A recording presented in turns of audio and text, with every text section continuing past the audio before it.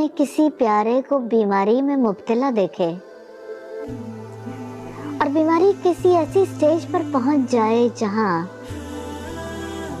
دوائیں بے اثر ہو جائیں، انسان کو سم ٹائمز فیل ہوتا ہے کہ وہ اتنا بے بس ہو گیا۔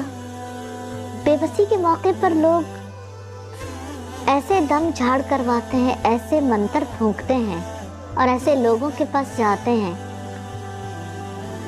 جن سے شفا کی تھوڑی امید ہوتی ہے۔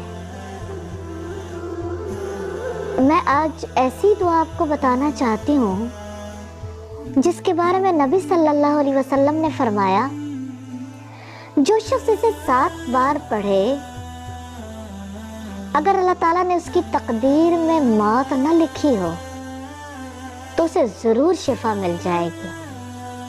اسأل اللہ العظیم رب العرش العظیم ان یشفیک، میں اللہ تعالیٰ عظیم اللہ سے سوال کرتا ہوں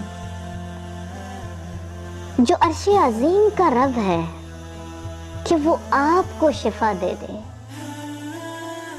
یا اللہ، تو شافی ہے، تو کافی ہے۔ یا اللہ، ہمارے سب بیماروں کو شفا عطا فرما دے۔ دعا عبادت ہے، دعا حفاظت ہے، دعاؤں پر انحصار ہے، دعاؤں کا حصار ہے۔